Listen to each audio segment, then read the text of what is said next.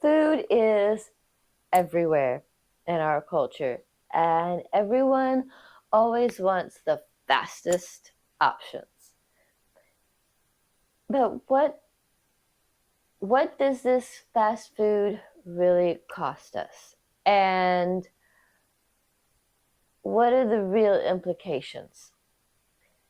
Fast food is often calorie dense.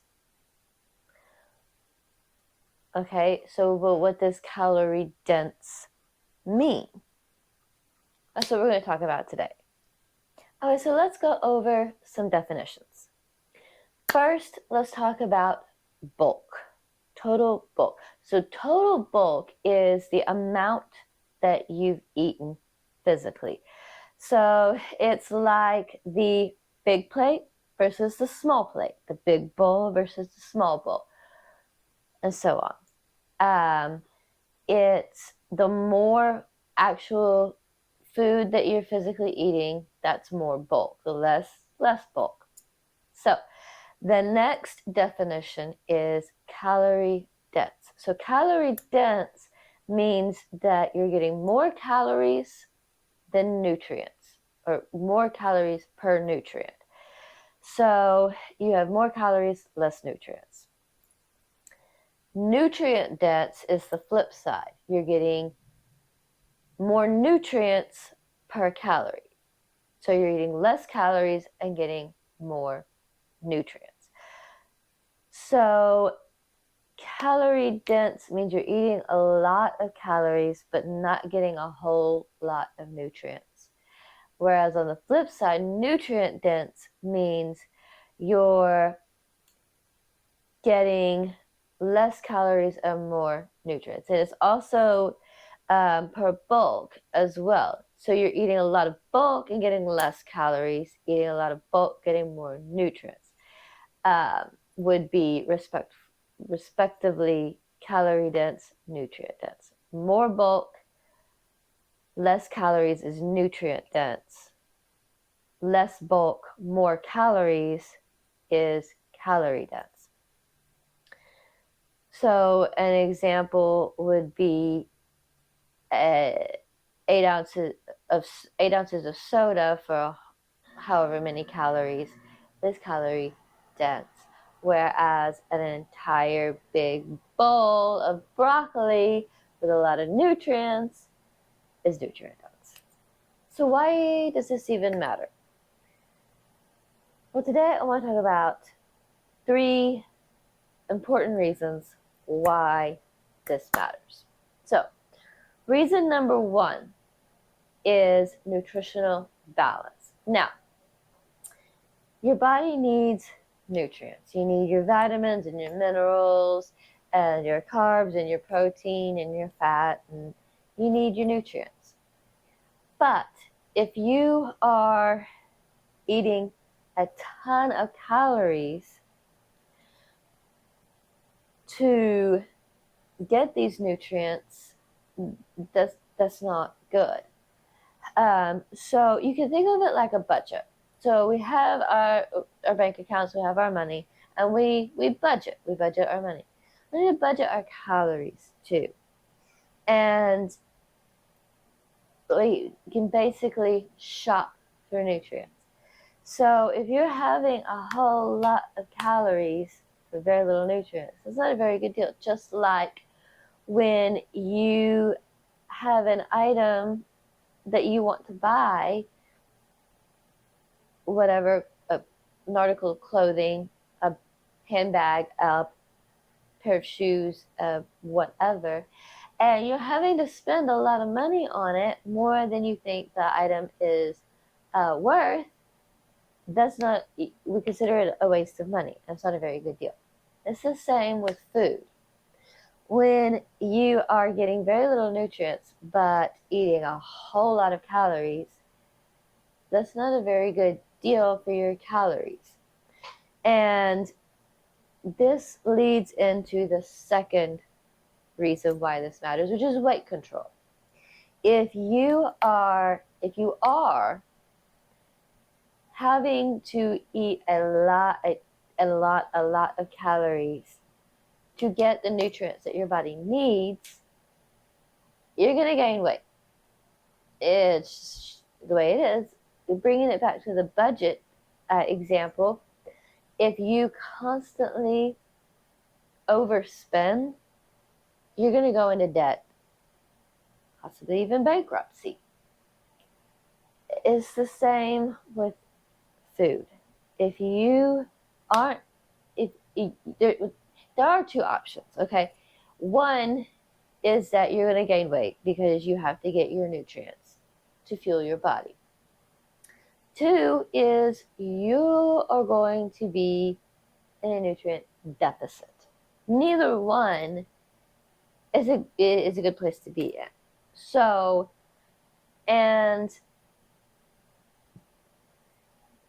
so we need to think of it that way too.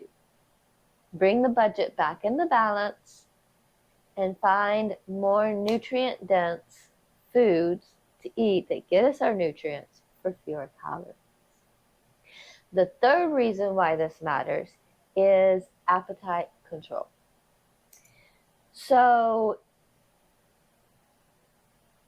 eating more nutrient dense foods helps us curb our appetite without helps us feel fuller longer without busting that budget, that calorie budget that we've been talking about. So because you are eating more bulk, you fill up your stomach physically, so you have that sensation of being full on fewer calories. Which leads to being able to go longer between meals and snacks and things like that. So it helps curb that appetite for fewer calories, which would be a good deal, which would be like finding something on sale. Bringing it back to the money example, so it helps you eat less and feel fuller, having that bigger bowl. So if you have a whole big bowl of carrots and you're munching on those carrots, that's going to help you feel fuller longer because there's more of those carrots than a bottle of soda. And that bottle of soda is gone like that. The bowl of carrots you keep munching on. So that helps you feel fuller longer too, and helps control your appetite. So some examples of calorie-dense foods are, of course, the obvious, the fast foods, the French fries and the hamburgers, the potatoes, and all of those kinds of things, the pizza that you get when you eat at fast food restaurants. It's just, that's the obvious examples. The junk food, the chips, the soda pops, all of those kinds of things. And then there are oils are calorie dense because there's a lot of calories in those oils. And this is any kind of oils. Olive oils, canola oils, sunflower oils, avocado oils. And which brings another point is calorie dense doesn't necessarily mean that you shouldn't ever eat it. So just in moderation. So these kinds of oils in moderation are okay. Just again, in moderation. And you just have to be cognitive and aware of the fact that they are more calorie dense. Fats, bacon grease, lard, those kinds of things are calorie dense, of course, because fat is basically almost nothing but calories, which goes back to the oils too, because the oils are fats.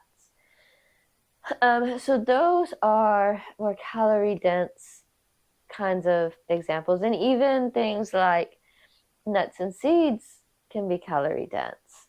But that's getting more into the middle of the scale. of the calorie density scale, the nuts and the seeds. And then you would have things, fruits, would get you more towards the nutrient dense side of it. There's some examples of the nutrient dense foods. Fruits would be probably one of the higher end, because they can be kind of calorie dense, but they're not as calorie dense as some of those other examples, the fast foods and the fats and things like that. So it's a little bit more nutrient dense, but some of the grapes and berries and like strawberries and blackberries and raspberries can be a little bit more calorie dense. But again, not as calorie dense as some of the other examples that we've discussed. Then you get into vegetables. Vegetables are far more nutrient dense. They're far more nutrient dense. There's a lot less calories in vegetables. And then getting into the leafy greens, one of the most nutrient dense ish foods out there, although some things like iceberg lettuce, actually there's very few calories, but there's also very few nutrients, which is another point. Just because it's lower in calories doesn't mean that it's nutrient dense, because like iceberg lettuce is a perfect example. It's low in calories, but it's also low in nutrients. So, but things like kale and dark green cabbage and other Asian cabbages like bok choy and Napa Valley and things like that, are more nutrient dense for the nutrients that you're getting per cow. Now, of course, I didn't mention grains, whole grains. Those are more on the nutrient dense side because of being higher in fiber, and there's a bunch of nutrients and things like that. So if you're eating straight whole grains, that's more nutrient dense than fast foods and stuff like that. But again, that's probably some in the middle of the scale.